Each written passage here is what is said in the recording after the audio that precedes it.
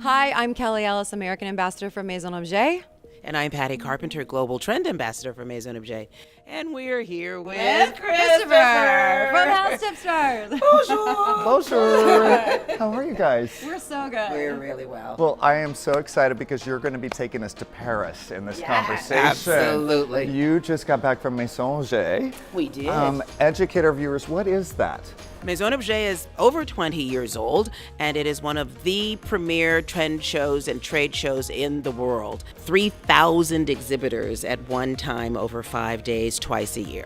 Over 70,000 visitors come to Maison. It's in Paris, about 40 minutes outside of Paris. So I can't think of a better place to be to experience not only beauty, culture, food, champagne, of course, but also the best merchandising and merchants and manufacturers that I've ever seen, all in one place. There's over 600 new people that you'll see each and every time you go. Yeah. Well, and the name's kind of misleading, Objet, objects. Yes. It's not just decorative. What all do you get to see as designers there? We go all the way from fashion and things for children, children's wear.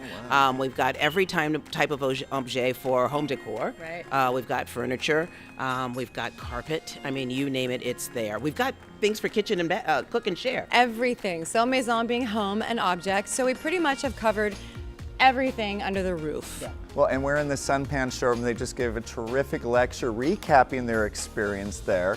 We're going to talk trends because a lot of the things you see there are coming here. Now, one thing we talked about, Patti noticed in trends in fashion and what's happening in fabric, you mentioned corduroy. Oh, absolutely. That was something that was brand new this time. We're just starting to see that percolate. Either it's a true cord in a very wide wale, or we're seeing cut velvet that emulates that, but it's that soft, plush touch, and it's all about texture. It continues to be about texture. Well, and I'm going to credit Kelli. She's ahead of the curve. Now, it's not exactly corduroy, but this pleating you have from a distance, it emulates some corduroy It to me does. as a designer. So Yeah, I love the trend. I love the touch and tactile. I love something that has a little bit more depth to it. So I call it ruching from fashion. But used a lot on the back of my chairs and my sofas because, as you know, a lot of our furniture floats. We have open spaces and we want everything to be beautiful from every angle. So another one is Michelle Workman already has done a recap from High Point. We're at the High Point Fall Market. She talked about Deco. Right. Now, Deco, it's been literal, but there's so many things, details coming in, and Kelli, you did that as well in this. I So- did. I love the reflective surfaces, the very clean lines and bases that we saw a lot in Deco. It was funny because when people see the pieces, depending on their age, of course, they say Deco or 80s, and actually they're very similar. So they are very similar in that their foundations, in that we see really soft, natural curves. You see a lot of curves in my furniture, which is very Deco/nature inspired. What were the big colors? What were the big colors that you were surprised by, or you can't wait for them to cross the pond? Give us some insight into that. Well, it's very interesting because what I've noticed here at High Point, as an example, is 2 years ago we talked a great deal about all of those Merlot and wine and burgundy shades.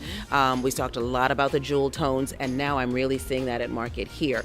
What I see coming forward from Europe is a lot more of what we're calling the mid-tones. Those tones, if you can think of them as being inspired by Danish modern furniture, so they're really they have more color, they have more depth than those soft pale hues, but they're not those really bright, intense colors. Right. And so it sits very nicely, and it plays back. They play very nicely against the soft palette and the bright palette, but they also play beautifully against all the neutrals, either the gray or the taupes and beiges, or even now the new chocolate browns. Absolutely, yeah, they look beautiful and mixed well. Yes, Yeah. yes, absolutely. Another thing that we definitely saw coming through in color is this soft, icy kind of palette. So where we've had these pastel hues, they used to be a bit more warm, and now we're seeing this icy blue, this beautiful minty green, and even what was millennial pink has sort of gotten into this more softer blush type of color. So we saw color coming out of the pales and color coming in as we move to the midtones. I think most of the showrooms are trying to address everything, right? So we have a lot of hospitality, a lot of the commercial, a lot of residential that have a crossover.